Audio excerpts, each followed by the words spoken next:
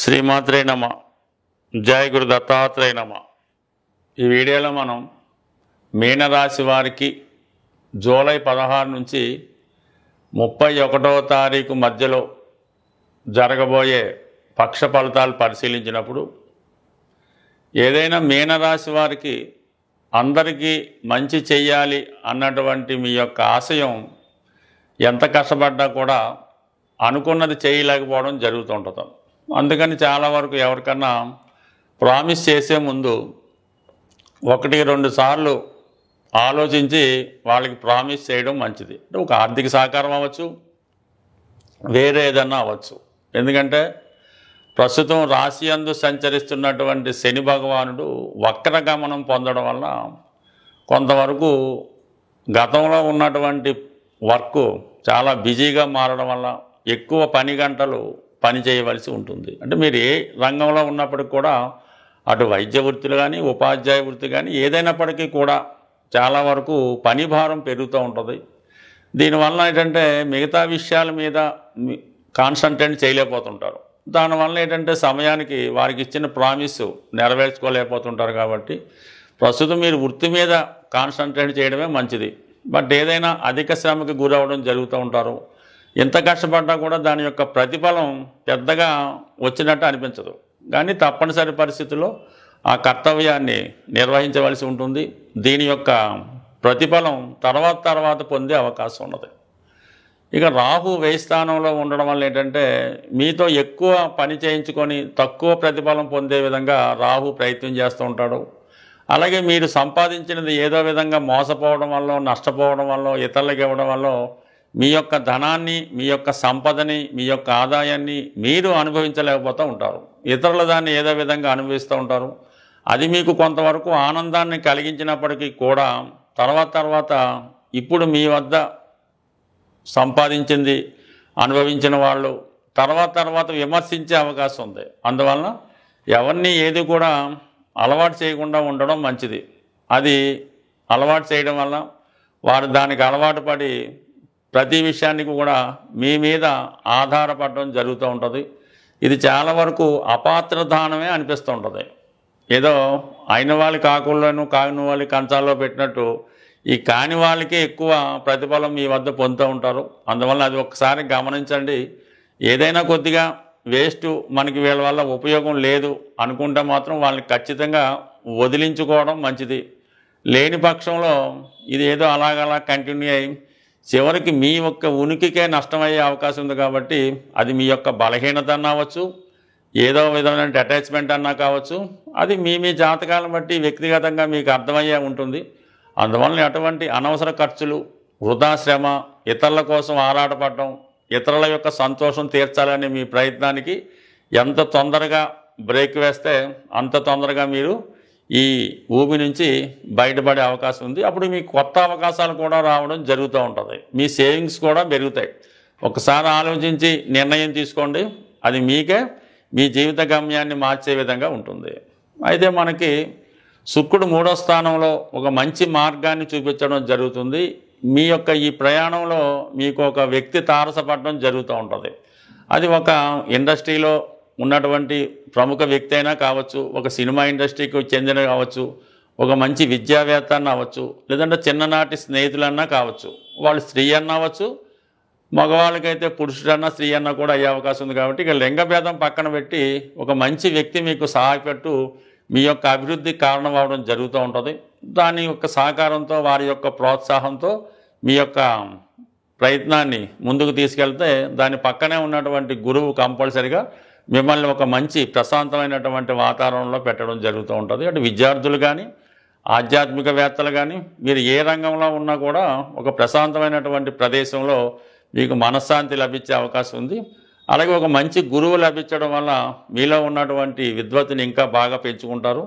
చిన్న పొరపాట్లు చేసినా కూడా వాటి నుంచి బయటపడే అవకాశం ఉన్నది. ఇదే సమయంలో వృత్తిలో కూడా కంపల్సరిగా ఒక హోదా, ఒక గౌరవం పెరిగే అవకాశం ఉంటుంది. అంటే కంపల్సరిగా మీరు ఉపాధ్యాయ వృత్తిలో ఉన్న, ఆధ్యాత్మిక రంగంలో ఉన్న, ఎండోమెంట్స్లో ఉన్న, ప్లేడర్ వృత్తిలో ఉన్నా కూడా కొత్త అవకాశాలు రావడం జరుగుతూ ఉంటుంది.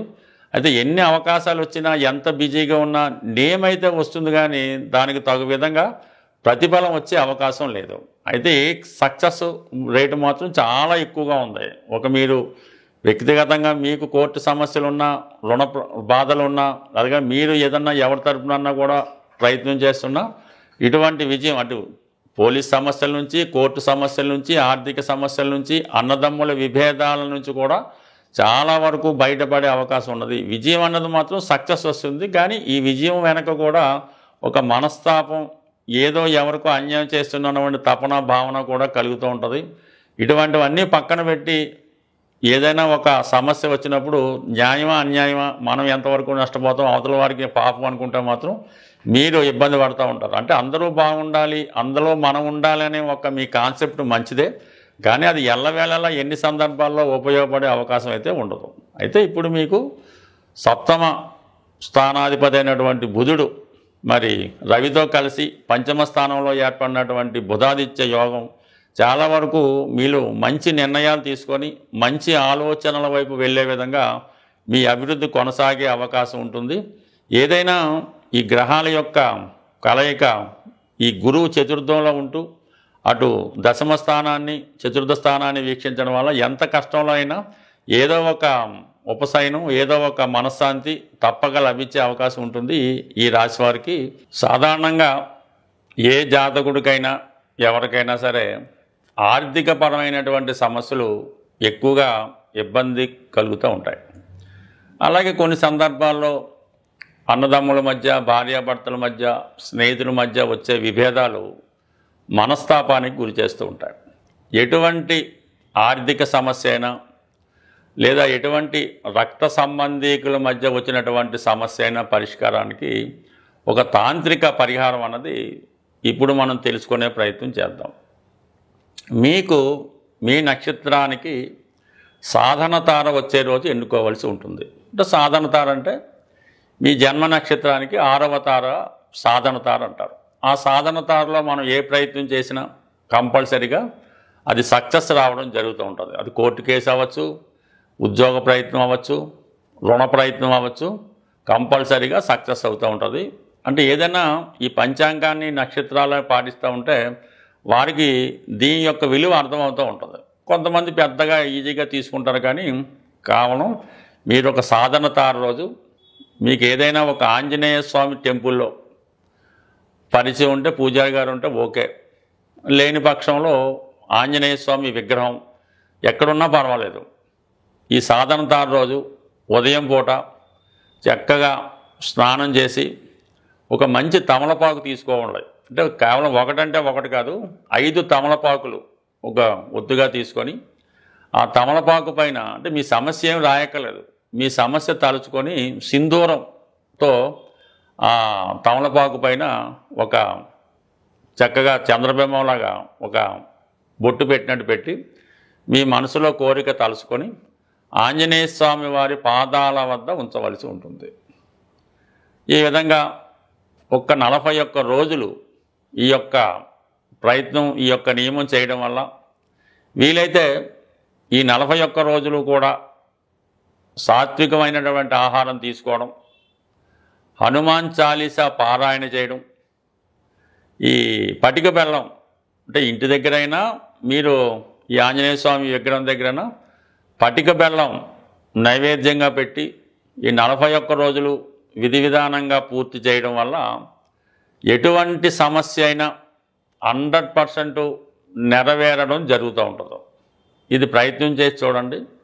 స్త్రీలు ఆచరించినప్పుడు మధ్యలో గ్యాప్ వస్తే 5 రోజులు సెలవు తీసుకొని మళ్ళా కంటిన్యూ చేస్తే అటు వివాహం కాని వారికి వివాహం అవుతుంది, భార్యాభర్తల మధ్య గొడవలున్న పరిష్కారం అవ్వడం జరుగుతూ ఉంటుంది.